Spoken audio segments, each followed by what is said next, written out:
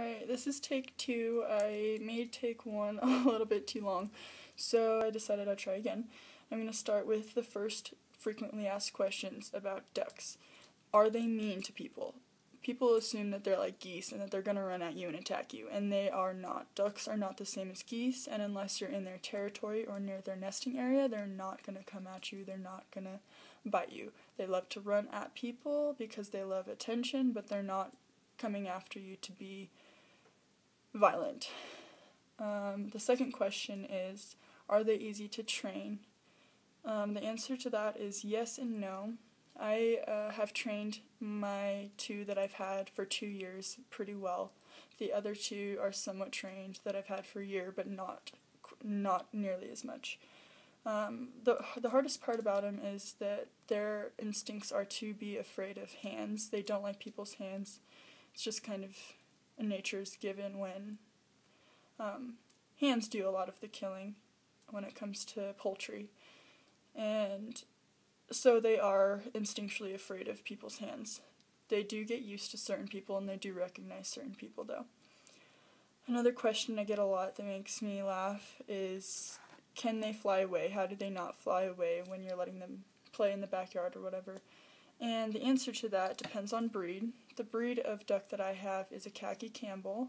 They're a mix between the normal mallard and a runner. They're bred basically for laying eggs. They're not a table duck. You don't eat them. You use them for laying.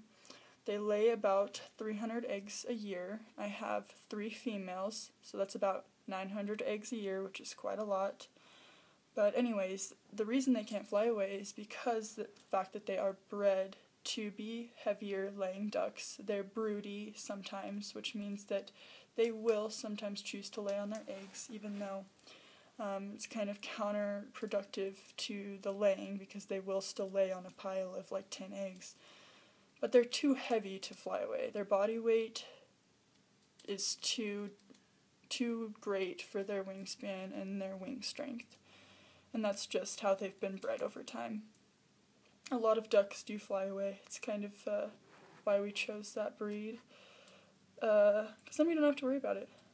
The next question is, where do I keep my ducks? And how do they survive winter, the weather, etc.? So I specifically have an enclosure for the ducks. It's fairly large. It's heated for the winter because they can generally survive about down to 0-degree weather. It does get colder here, as we know, so we do have a heater in there that during the winter we pump all night long, and we have the windows closed, we have all the doors sealed up. And in the summer we will keep windows open, keep door flaps open so that it's just a screen. And that's so they don't overheat, because they can't overheat as well. Which comes to water. You always have to have water constantly. That's a given. You also need a pond. Ducks are waterfowls. They need to swim, they need to clean themselves in water. That's how they get the oil coat all over them that keeps them waterproof, is by bathing. After they bathe, they use the rear end of their feathers basically and pull the oil from that gland in the back forward and preen it all over their feathers after they've gone swimming. So you do need to have some sort of pond for them to be able to do so. Let's see. Another important thing is nesting boxes, of course. That's something that you do have to look into if you want to have ducks, if you want to house them. You need to know the right sizes, the right heights for each duck and its individual breed and how it's going to be happy laying. If not, it can cause a lot of stress. Next is, are ducks smart? A lot of people think that maybe they're just kind of dumb. But like I said, they do remember who you are. They do remember voices, the tone of voice. I kind of have a certain way to call them every time I'm ready to put them up, that they always know that they're about to get treats and that it's time to go in. And then on top of the treat thing, we keep the treats in a yellow bucket, bright yellow bucket. They're smart enough to always remember that when they see me pull out that yellow bucket and hold it, they'll come running. So they do have a really good memory in that sense, as far as I'm aware. They are, in my mind, a lot like dogs. They're really smart. They're really, they're quick to react as well. Anyways, let's see. Another thing I wanted to mention before I get into a little short what do I need to know to have pet ducks section.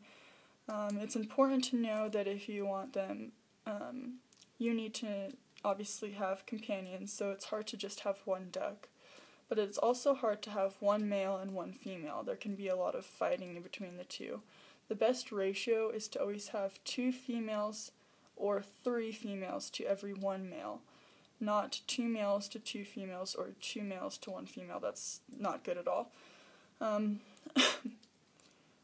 then another couple things about what you would need to do to have pet ducks is, of course, have an enclosure for them that is warm, safe. They're very apt to predators, raccoons, foxes, and anything will want to go after them, cats, neighborhood cats, dogs, etc.